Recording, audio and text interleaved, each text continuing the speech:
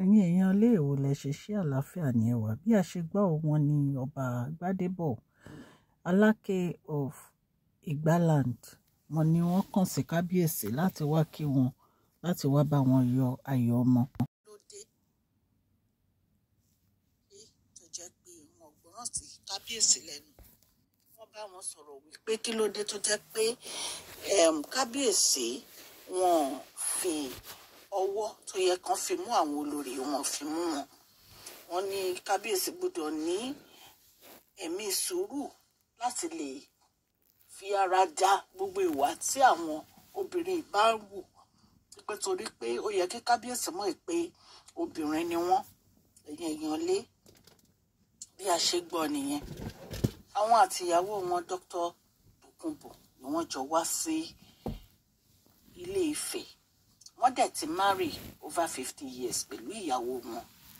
Ẹ̀yin èèyàn lé wọ́n gba àwọn olórí ní ìmọ̀ràn wípé ìwà tí wọ́n ń wù sí kábíyèsí kò bójúmu rárá, wípé ìwà kéèyàn má respect ọkọ ẹ̀ wípé kì í ṣe nǹkan tí ó dáa. Ẹ̀yin èèyàn lé ẹ káàbọ̀ sí Mashola Gist TV, ṣé àlàáfíà ni ẹwà gbogbo lè ń kọ́. Orúkọ mi ni Mashola kò yí padà. À ń sọ Yorùbá lórí channel yìí nítorí pé a fi gbàgbé àṣà àti ìṣe wa. À ń sọ nítorí pé a fẹ́ kí àwọn èèyàn kí wọ́n ní àǹfààní láti máa gbọ́ gbogbo program tí a bá ń ṣe, especially àwọn tó yẹ pé wọn ò lè gbọ́ Gẹ̀ẹ́sì. Torí ẹ̀ la fi gbé channel yìí kalẹ̀. Ẹ̀yin èèyàn lé à ń sọ̀rọ̀ nípa celebrity gist, royal gist, politics àti gbogbo nǹkan tó ń ṣẹlẹ̀ ní agbègbè orílẹ̀-èdè bàbá wa ní ilẹ̀ Nàìjíríà. À ń ṣe advert lórí channel yìí ní ọlọ́kan-ò-jọ̀kan. ẹ kàn sí wa ní masholagistv@gmail.com lẹ́ẹ̀kan sí masholagistv@gmail.com. Bàbá wa kábíyèsí ọba Alake of Egbaland wọ́n wá pẹ̀lú ìyàwó wọn Dr. Tokunbo láti wá kí kábíyèsí láti wá bá wọn yọ ayọ̀ ọmọ.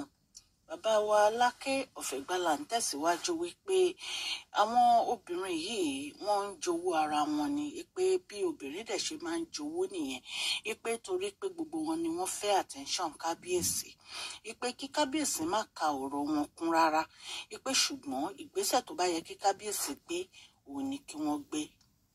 Wọ́n ní ó yẹ kí àwọn obìnrin yìí kí wọ́n lè lọ rí ẹni tó bímọ, ìyẹn ìyàwó wọn tó jẹ́ Tóbi, kí wọ́n jọ celebrate pọ̀. Wípé nítorí pé ayọ̀ tó wọlé tọ̀ kábíyèsí kì í ṣe ayọ̀ kékeré, wípé kí wọ́n fi inú tánra wọn, kí wọ́n dẹ̀ jẹ́ kí ìfẹ́ ara wọn kó wà nínú ọkàn wọn. Bàbá wa ní ìgbésẹ̀ tí àwọn gbé láti fi fẹ́ ìyàwó kan ò ní pé torí àwọn fẹ́ ìfọ̀kànbalẹ̀, àwọn dẹ̀ ti fẹ́ ìyàwó àwọn ní ìsìn ilẹ̀ ti ta sí. Wọ́n ní kí àwọn obìnrin yìí kí wọ́n dúró ti ọkọ wọn, kí wọ́n dẹ̀ fi ọkàn wọn lọ́kàn balẹ̀ wípé àwọn ni wọ́n ní àwọn kí wá lóde tó jẹ́ pé ọkọ wọn ní kàn ṣe nǹkan wọn fẹ́ ṣe. Bá wá ní kí wọ́n jẹ́ kí àwọn ọmọ tuntun, àwọn ọmọ ìbejì tuntun tí wọ́n bí kó mú ìdùnnú àti ayọ̀ padà wá sí inú palace, wípé gbogbo nǹkan tí ó ń ṣẹlẹ̀ yìí pé kò dáa rárá, wípé kí wọ́n jẹ́ kí ó dópin. Wọ́n ní kábíyèsí dúpẹ́ lọ́wọ́ bàbá wa Alake of Egbaland pé wọ́n ṣe àti ìyàwó wọn Dr. Tokunbo, wípé wọ́n ṣe fún àdúrótì wọn àti fún gbogbo ìmọ̀ràn wọn pẹ̀lú àwọn olórí yìí.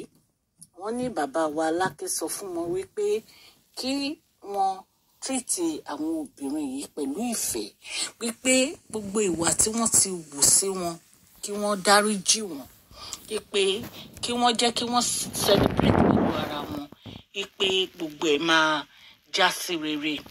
Wọ́n ní kábíyèsí dúpẹ́, wọ́n ní àwọn olórí náà dúpẹ́ lọ́wọ́ bàbá wa Alake of Egbaland, wípé bàbá wa dẹ̀ gbà wọ́n ní ìmọ̀ràn wípé kí wọ́n lọ bẹ̀ Queen Naomi, wípé torí wọ́n ṣe Queen Naomi gan lọ́pọ̀lọpọ̀ ni, pé kí wọ́n lọ tọrọ ìdáríjì ẹ̀ṣẹ̀ lọ́wọ́ Queen Naomi.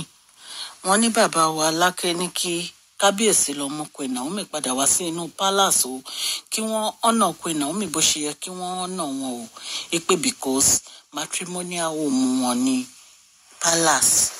ẹ̀yin èèyàn lé bí a ṣe gbọ́ nìyẹn o, allegedly ni o.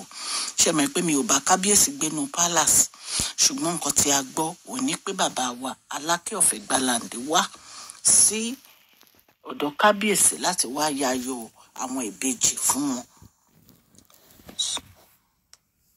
So bàbá wa ní àwọn ò fẹ́ kí àwọn olórí yìí kí wọ́n fa ìjọ̀gbọ̀n àbí wàhálà kankan mọ́, wípé enough is enough. Bí a ṣe gbọ́ nìyẹn o. Tí a bá tún gbọ́ any update, a máa jẹ́ kẹ́ gbọ́. Etí tẹ́ fi ń gbọ́ mi ò ní di ọwọ́ tẹ́ fi ń tẹ subscribe, like oníkan ìsàlẹ̀ àpò. Ní àṣẹ Ọlọ́run ọba òkè òkè ní ọlá yín á máa lọ. Please share this video, like and subscribe. God bless you all.